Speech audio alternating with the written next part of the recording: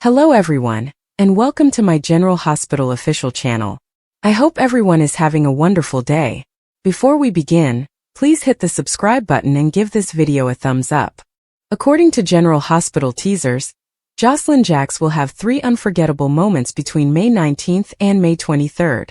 When the drama heats up, GH fans can expect a fiery Willow Corinthos face-off, among other things. Josslyn has a lot on her plate because she is carrying out a top-secret mission for the WSB. Josslyn has struggled to disrupt Emma Scorpio Drake's plans and deal with her rage, but she knows it's all for the greater good. However, Josslyn will also address certain familial concerns in upcoming episodes.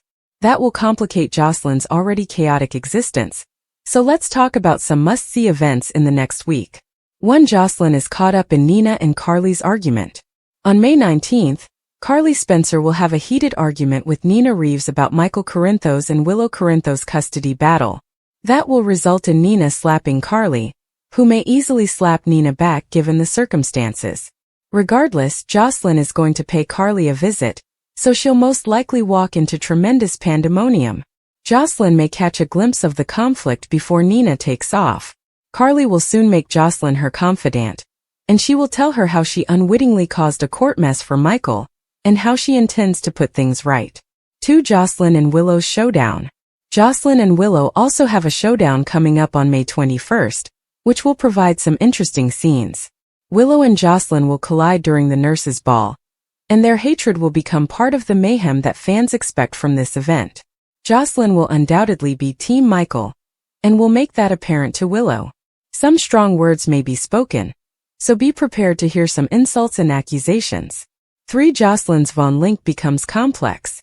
Josslyn will also face challenges as a result of her link to Vaughn, her WSB handler. Carly may notice Josslyn in a hushed talk with Vaughn, and think they are suspiciously close. Whatever the case, Carly will be eager to meet Vaughn, so they will make introductions on May 22nd. You can bet Carly will have a lot of questions regarding the new guy in Josslyn's life, so Joss will need to navigate this as best she can. According to General Hospital spoilers, Josslyn will need to make some strategy revisions along the way, and hope she does not blow her cover, so we will keep you updated on her intentions. Josslyn's path has been filled with emotional highs, dramatic confrontations, and remarkable moments that have captivated viewers. 3 memorable scenes highlight her character's perseverance, fragility, and strength. One of the most compelling scenes is her strong confrontation with Willow, which not only demonstrates her determination, but also deepens the intricacies of their delicate relationship. Beyond that spectacular encounter, Josslyn's journey has been punctuated by key moments that illustrate her maturation, heartache, and unwavering spirit. The confrontation between Josslyn and Willow was a masterclass in tension and genuine emotion. From the time they stood toe-to-toe, the air was thick with unresolved past and smoldering animosity. Willow, who is normally controlled and strategic, was challenged by Josslyn's furious rebellion. The language was harsh, with each phrase piercing deeper than the last, revealing old wounds and new betrayals.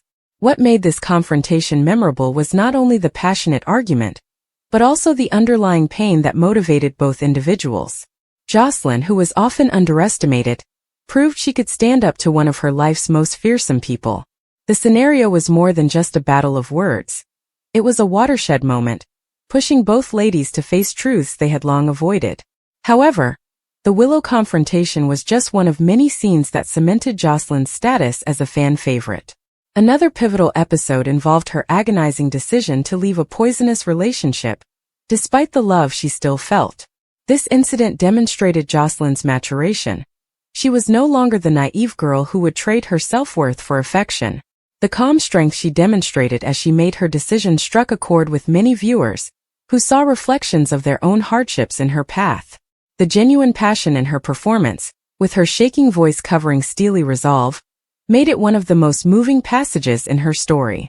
Then there was the moment Josslyn stood up to a longtime bully, refusing to be the victim.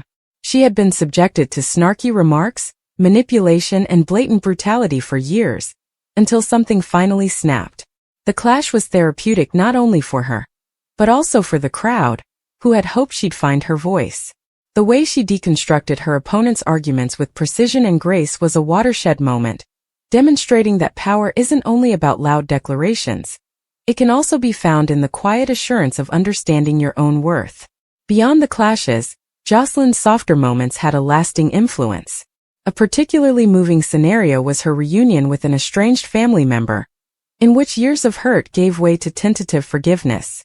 The vulnerability she displayed, the way her guard eventually relaxed as tears streamed down her cheeks, served as a reminder that underlying her fierce demeanor was a girl who simply wanted to be loved. The scripting in this sequence was subtle but effective, allowing the actors to convey a lot with just a gaze or a cautious touch. Another remarkable experience was Josslyn's great victory, following a lengthy personal struggle. Whether it was finally reaching a career milestone, sticking up for a friend, or just choosing happiness over bitterness, these victories were gained with blood, sweat, and tears. The result was much sweeter since fans had watched every setback and moment of doubt, making her victory feel personal. Of course, no list of Josslyn's most memorable experiences would be complete without noting her surprising union with a former adversary. The chemistry between the two characters was palpable, with their interaction changing from animosity to grudging respect, and then to genuine friendship. The writing deftly weaved their relationships, making every caustic remark or begrudging smile feel justified. By the time they fought side by side, the audience was completely immersed in their collaboration. Josslyn's sense of humor showed through in several situations, adding much-needed lightness to the tension. Whether it was a perfectly timed critical remark or an unintentionally cute moment of awkwardness, these bursts of lightness made her even more accessible. Comedy is typically more difficult to pull off than drama, yet these scenes were masterfully handled, demonstrating her character flexibility. One of the most underappreciated aspects of Josslyn's journey was her devotion to those she adored. In a world full of betrayals, her steadfast devotion for her friends, even when it came at a cost, was a welcome constant. A particularly moving scenario was her silent vigil by a loved one's hospital bed, when she refused to go despite being told she couldn't do anything more.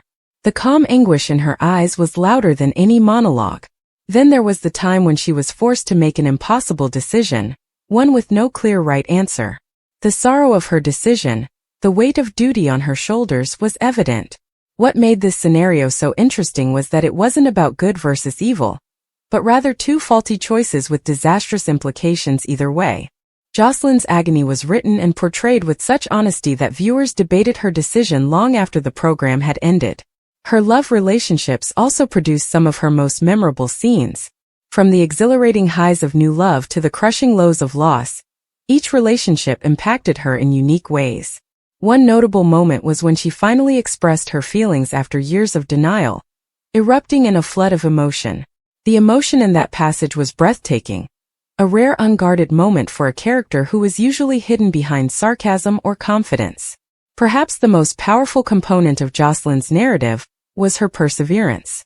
No matter how many times life knocked her down, she always found a way to get back up, beaten and changed but never broken. A particularly moving scenario was her calm introspection after a significant loss, in which she sat in solitude, absorbing the anguish before steeling herself to continue on. In these quieter moments, her true strength shined through. Josslyn's path has been an emotional roller coaster, yet through it all, she has remained a figure worth pulling for. Whether she was fighting Willow, fighting for her happiness, or simply surviving in a world that appeared intent on breaking her, her narrative resonated because it felt authentic. Her successes were hard-earned, her pain was intense, and her progress was evident. These three standout scenes, among many others, confirmed her as one of the most captivating characters in recent memory. Nina entered Carly's living room and explained that she was present with Willow when she was presented with the custody papers. Carly acknowledged that she had requested Diane to request a court date. Nina assumed that meant Michael would be returning home. Carly told her he wasn't, but she refused to change the court date. "Nina, wake up.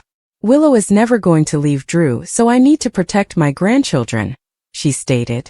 "Well, they're my grandchildren too, and you're not doing this," she said. Nina tried to reason with Carly in the same way that Sunny did with Willow, but Carly didn't listen. Willow is never going to see who Drew really is. Hell, she walked in on Drew in bed with a sex worker, and she's still standing by her man, Carly pointed out. "You have had enough time. I have to do something besides wait to protect my grandchildren, and I don't regret it for a second, she told me. Nina realized that Carly had requested this court date weeks before, breaking their agreement. Nina was outraged and Carly merely smirked. You have been going behind my back this entire time? You lied to my face, Nina demanded. I never made any promises. And you're the one lying to your daughter, pretending to be okay with her disgusting relationship with Drew, Carly informed me. The two women went back and forth swapping allegations. I want what's best for my daughter, which makes me no different from any other mother out there, Nina told me. Carly then became enraged, telling Nina, this just proves what I already knew. You're not a mother and you never will be. Nina defended herself, but Carly encouraged her to act like a mother, stop treating Willow like a friend, and express her feelings about Drew. Is your relationship that fragile? What the hell are you afraid of? She asked. Of losing Willow permanently. I already lost Nellie. I am not losing Willow, Nina said me. Carly played the mother card again. That's what a good mother does. They sacrifice their own happiness for the good of their child, Carly stated, oblivious to the fact that she hasn't always done so. Nina also brought it to our attention. You do whatever you want no matter who gets injured. As their shouting confrontation continued, Carly reminisced about Sonny's days as a flannel shirt bartender. This coming from the woman who kept Sonny in Nixon Falls for months away from his family, Carly exclaimed.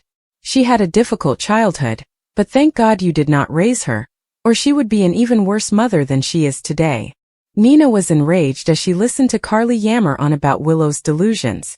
She doesn't deserve those kids and she doesn't deserve to be a mother, Carly yelled, which prompted Nina to let loose and clock Carly across the face. Carly slapped her right back, resulting in the two women rolling around on the floor and the couch like Alexis and Crystal Carrington. You sanctimonious bitch. Nina screamed before reaching for a ceramic knick-knack. Josslyn unexpectedly emerged and pulled Nina off her mother. Nina recovered herself and started to walk out, but got in the last word. You made a major mistake because there's no way I'm going to let you take Willow's children away from her.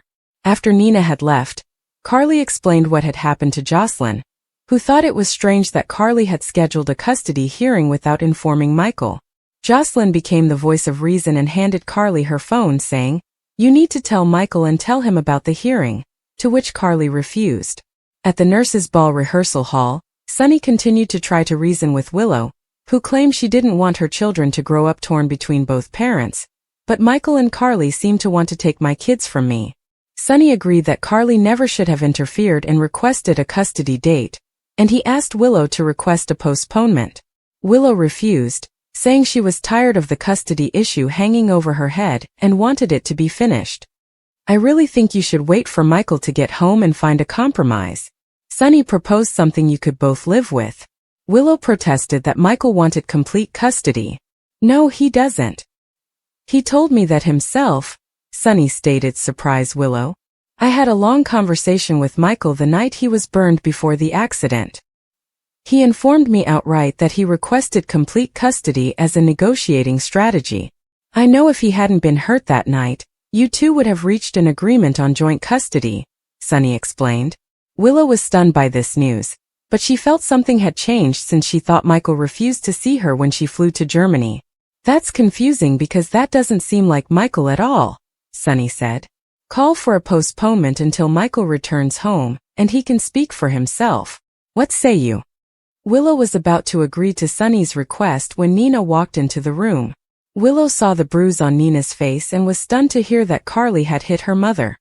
Carly is completely irrational, Nina made sure to tell Sonny.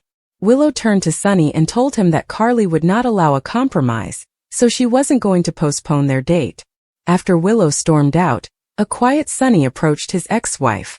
I came this close to convincing her to postpone the hearing, he remarked, but Nina wasn't so quiet and calm. Sonny, your ex is a lunatic bitch. Carly went too far this time, Nina screamed. Sonny disagreed. You're the one who just got Willow's kids taken from her, Sonny remarked. Tracy's grouchy demeanor perplexed Ned and Olivia when they gathered in the Q living room at Brooke Lynn's request. When they asked Lois what was going on, she replied, I don't know. Lois shrugged. Brooklyn and Jason appeared soon after. Brooklyn wanted to discuss about Gio without Dante present, but she didn't realize Gio was listening. Joe's been beating himself up over it, Brooklyn said of the event on the beach. So has Danny, Jason added. Can we all just move on? Brooklyn implored. Tracy finally spoke up. Is anyone surprised that 2 adolescent males sneaked out to a party and got drunk? Isn't this a rite of passage? She inquired. Nearly dying of alcohol poisoning is not a rite of passage, Ned pointed out. When Olivia asked Jason if Danny was being punished, Jason informed her that Danny was aware of the situation. Brooklyn and Lois returned to defending Gio, who had finally emerged from hiding. I just want to say how sorry I am. I totally messed up. I used extremely poor judgment and Rocco almost paid the price. I can't change what happened, but I'm going to work extremely hard to regain your trust, he remarked before leaving the room. Lois accompanied him into the foyer, where Gio urged Lois and Brooklyn to stop making excuses for him. He thanked Lois for caring for him after his mother died, saying, "But thanks to you and Uncle Sonny, I am no longer that little orphan. I have a wonderful life. I go to college. I study and perform music because of you. I can stand on my own now," Gio said with a smile. Gio remarked that Lois and Gloria had always defended him when he was younger, but he didn't need that anymore. Back in the living room, Ned praised Gio for admitting his error, and Jason walked away. Brooklyn was concerned that she had exacerbated Joe's situation. I just wanted him to feel comfortable in his own home, Brooklyn stated. Dante discovered a hungry Sasha chowing down on baked goods, in her usual spot in the Q kitchen. They made some small talk about Rocco, with Sasha pointing out that both Rocco and Danny were good kids.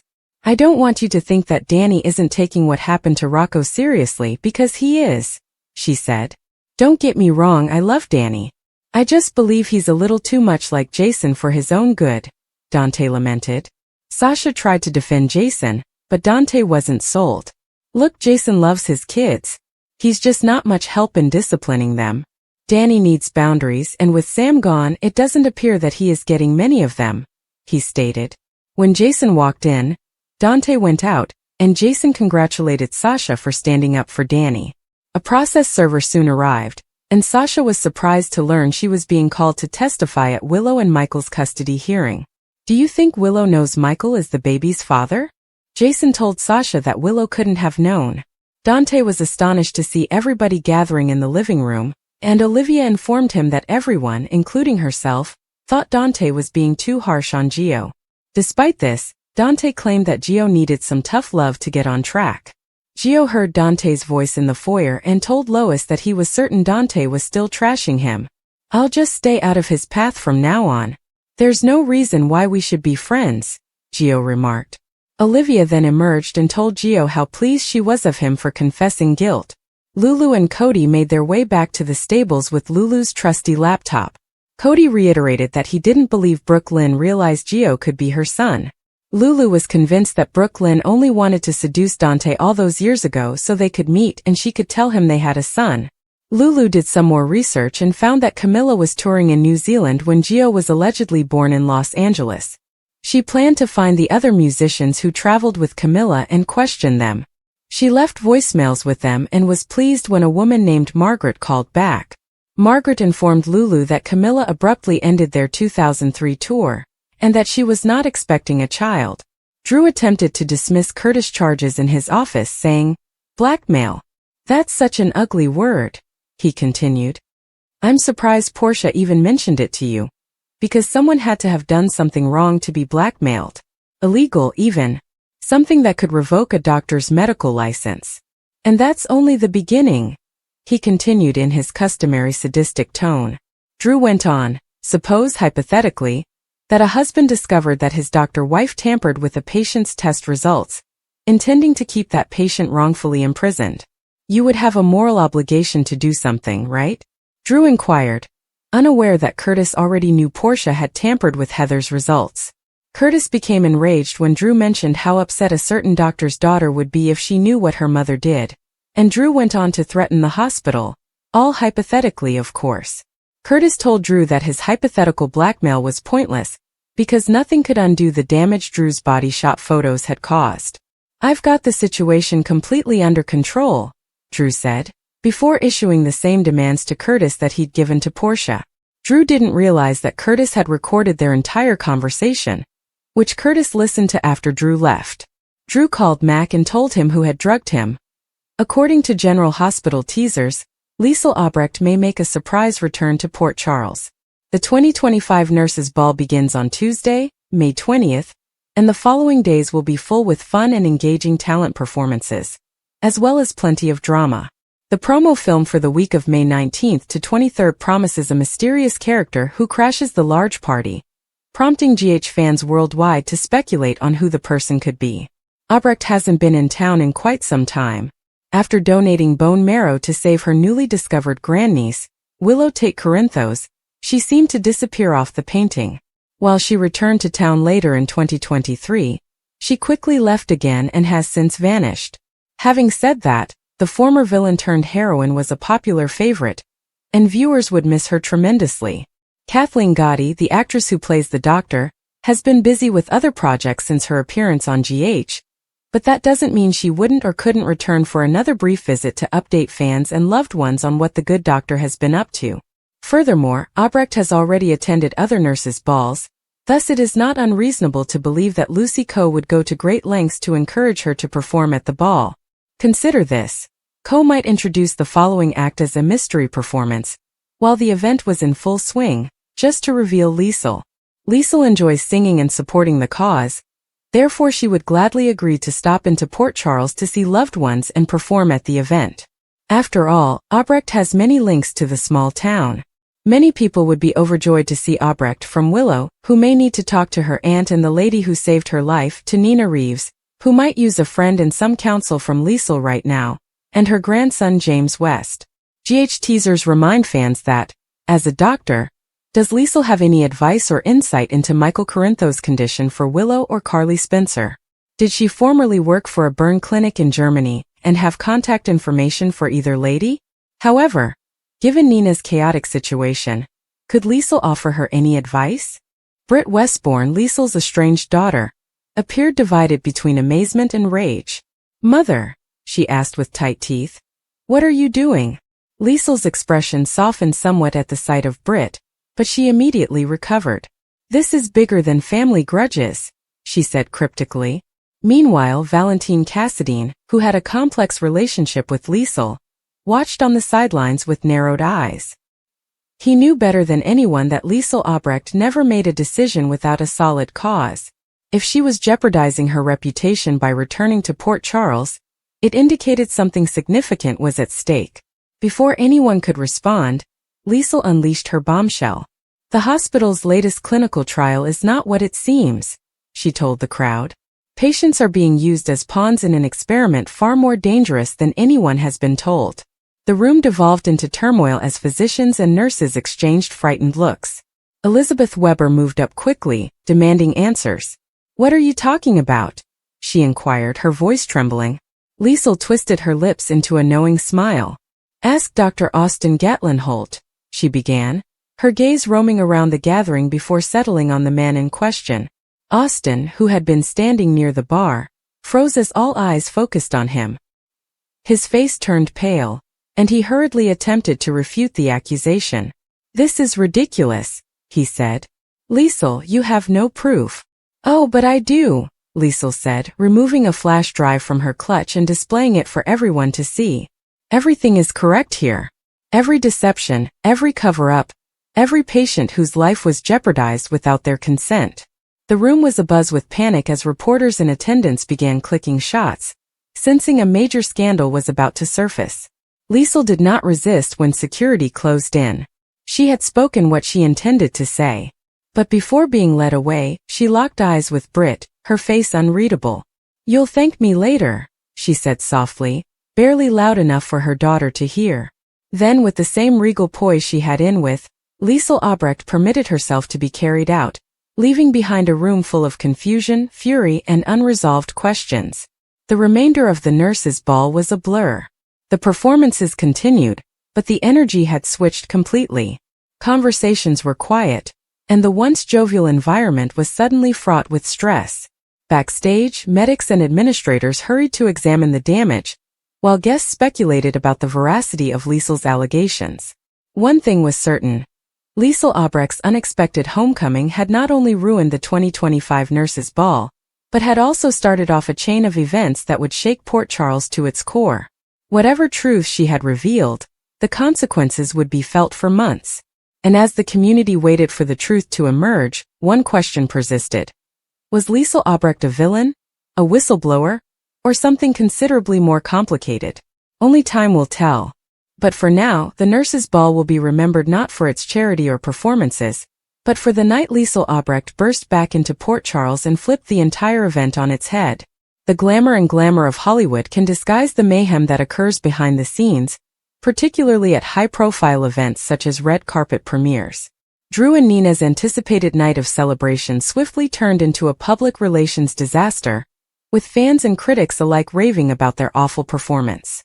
The evening began with high expectations. Drew, a rising action actor, and Nina, a popular pop sensation, were about to premiere their latest collaboration endeavor, a film-music hybrid that had been teased for months.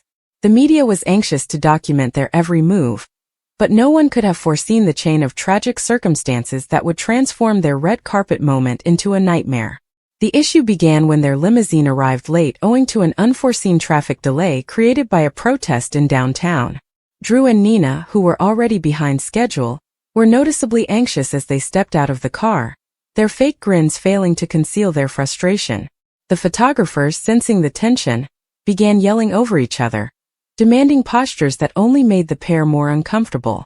Nina, known for her great fashion sense, had chosen a bold haute couture gown that, while lovely, was difficult to handle. As she attempted to move gently across the carpet, the delicate fabric caught on a loose edge of the step and repeat banner, causing an audible tear. The crowd gasped as Nina froze, holding the ruined clothing in an attempt to save her dignity. Drew, who is normally quick to charm the press, appeared surprised before awkwardly attempting to conceal her from the cameras, which just drew more attention to the incident. The wardrobe malfunction was only the beginning. As the pair attempted to recover, a publicist ushered them into the interview area, where a famously outspoken entertainment reporter lost no time in asking probing questions regarding allegations of animosity between them. Drew, known for his quick temper, bristled at the question and responded with a snarky remark that quickly went viral. Nina, seeking to smooth things over, provided a cryptic response that fanned curiosity even further. Social media was flooded with replies, with fans split between pity and schadenfreude. Memes of Nina's torn dress and Drew's defensive glare went viral, overshadowing the project they were there to promote. Inside the arena, things did not improve. Seated among industry rivals who had been involved in previous issues with Drew and Nina, the couple endured whispered comments and not-so-subtle stares throughout the screening. At the after-party, tensions rose when Drew's old flame made an unexpected visit, resulting in a furious exchange captured on many phones and ultimately released online. By the end of the night, what should have been a joyous celebration had devolved into a full-fledged scandal, with headlines proclaiming their red carpet meltdown. In the days that followed, their publicists worked feverishly to control the repercussions, releasing carefully written comments that did little to dispel the suspicions. The event became a cautionary tale in Hollywood, reminding everyone that no amount of popularity or preparation can ensure a flawless public appearance. For Drew and Nina, the night was a brutal lesson in the fickle nature of notoriety, where one blunder can overshadow years of effort. Whether they recover from this tragedy or allow it to build a gulf between them remains to be seen, but one thing is certain. Their red carpet nightmare will be remembered long after the flashbulbs have gone out. Curtis suddenly informed Nina of his suspicions and what Nina already knew. Portia's being blackmailed, he explained. Nina didn't reveal her knowledge of the situation and asked Curtis why he thought his wife was being blackmailed. Curtis explained that all of Portia's unusual requests helped him reach this conclusion. The only thing that makes sense is that Drew has leverage over her, Curtis told me. Curtis was astonished when Nina informed him that Willow's divorce court date was June 2nd. Drew has Willow believing that if she goes after Michael while he's out of the country receiving treatment in a burn unit, it will somehow end with her getting sole custody of her children, Nina said. Curtis with a chuckle.